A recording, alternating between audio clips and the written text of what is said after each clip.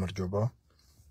Ერთი დასუსტება მინდა გავაკეთო გუშინდელ ლაივთან დაკავშირებით, იმიტომ რომ არაერთგვაროვანი გამოხმაურება მოყვა მათ შორის ჩემ მეგობრებში და მინდა რომ უფრო დეტალურად და ზუსტად განმარტო რაზე არის ლაპარაკი და რომ ეს არ არის შემთხვევითი ლაპარაკი და ეს არ არის ზერელე ლაპარაკი.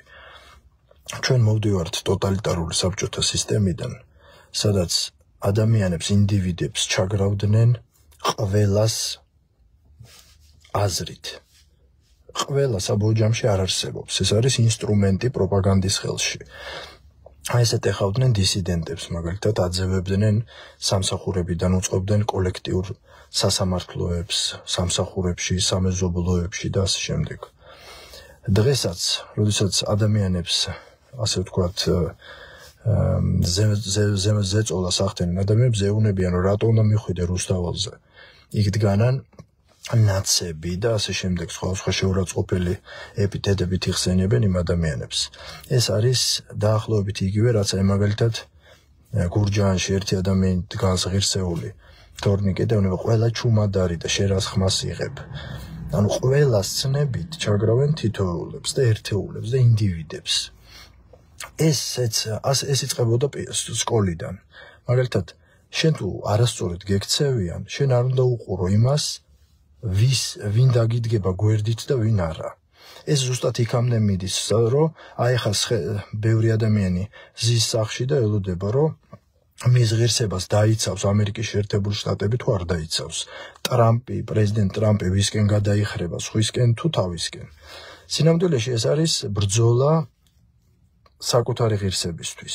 ყველამ უნდა იბრძოლოს თავის ღირსებისთვის, თავის უფლებისთვის. ეს არის თავისუფლება. როდესაც თავისუფლებისთვის იბრძვი. როდესაც შენ გეუბნებიან, რომ აი ცუდად მეკცევიან და დამიდექი გვერდით, აქედან ვღებულობთ იმას, რომ სხედან სახლში ვიღაც ადამიანი ზის და შენ წარმოდგები მსხვერპლად, რომელსაც გვერდით უნდა დაუდგე და დაეხმარო და სინანულის და რაღაცა თანაგრძნობის განცდა უნდა გაგიჩნდეს. არავის თანაგრძნობის განცდა არავის არ სჭირდება, როდესაც მარას არასწორად ექცევიან. ეს არ არის თანაგრძნობის განცდა, ეს არის ბრძოლის განცდა. რომ თუ შენ ერთხელ თუ არ დაგიდგა არავინ გვერდით, მე კიდე იბრძვი და ეს იმკვიდრებ ადგილს. იქ სადაც ცხოვრობ, იმკვიდრებ ადგილს შენ საახლობლოში, სამეგობროში და ქვეყანაც ესე იმკვიდრებს ადგილს გეოგრაფიულად. ის იბრძვის თავისი ღირსებისთვის და თავისი ადგილისთვის სამყაროში. ამიტომ მე ბევრი ადამიანი შემხვდა, სანამ ამ ლაივს ჩავწერდი გუშინ. ბევრი ადამიანი მანამდე შემხვდა და მითხრა, რომ აი დამაჯარიმეს და მერიდება ამაზე ლაპარაკი, მაგრამ ამავე დროს მეშინია გამოსვლა.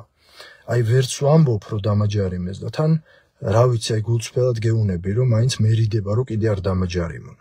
აი ეგ არის ის, რაც ყველას სახელით ითრგუნება პიროვნებაში. რომ აი სხვა 5 ჯერ დააჯარიმეს და შენი ერთხელ დაჯარიმება რა მოსატანია. სხვა სცემეს, ძვლები დაუმტვრიეს და იმის მოტანა რა ასატანია.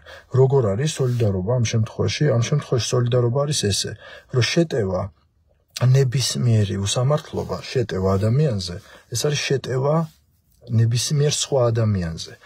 ადამიანებმა, რომლებიც თქვათ, რომელსაც დღეს მოისყიდიან, მათ უნდა იცოდნენ, რომ მათ მომავალში ბევრად მეტი ფასის გადახდა მოუწევთ, რომ მე მათ ნაცვლად ვერ ვიბრძოლებ რუსთაველზე და მათ მოუწევთ თავის ნაცვლად ბრძოლა. მე ჩემ ადგილს დავიმკვიდრებ, მაგრამ მათ მოუწევთ სიმართლისთვის თვალის გასწორება. მე მათგან არ ვითხოვ, თქვათ, მე მათგან არ ვიზობ თანაგრძნობას. მე მათ ვთხოვ სწორ პოზიციას და ვთხოვ სამართლიან პოზიციას. თუ ისინი სამართლიან პოზიციას არ დაიჭერენ, მე მათ ისე მოვთხოვ, როგორც უსამართლოებს მომავალში. ეს არ არის რაღაცა ნებისმიერი ტოტალიტარული საზოგადოება დგას განტევების ვაცზე. scapegoating-ზე. ყველა ერთმანეთს ეუბნება, აი შენი იმედი გვაქვს, შენი ბრძოლე და ჩვენ გამოყვებით. არავის ნაცვლად არავინ არ იბრძოლებს და არავის ნაცვლად არავინ არ უნდა იბრძოლოს. პანთეონი გვაქვს სავსე, სხვების იმს. ეს ძალიან ადვილია ჯერ ადამიანს გადააკისრო პასუხისგებლობა და მერე დიდი პატივით დაკრძალო. აღარ გვჭირდება ჩვენ არც მსხვერპლი, არც პატივით დაკრძალული გმირები. ყველამ იბრძოლოს თავის უფლებისთვის და თავის ღირსებისთვის. არ არის საჭირო გმირების პატივისცემა სიკვდილის შემდეგ, ვინც შენი საქმე გააკეთა, შენ გამომკვდა და მე დიდი პატივით გრძალავ.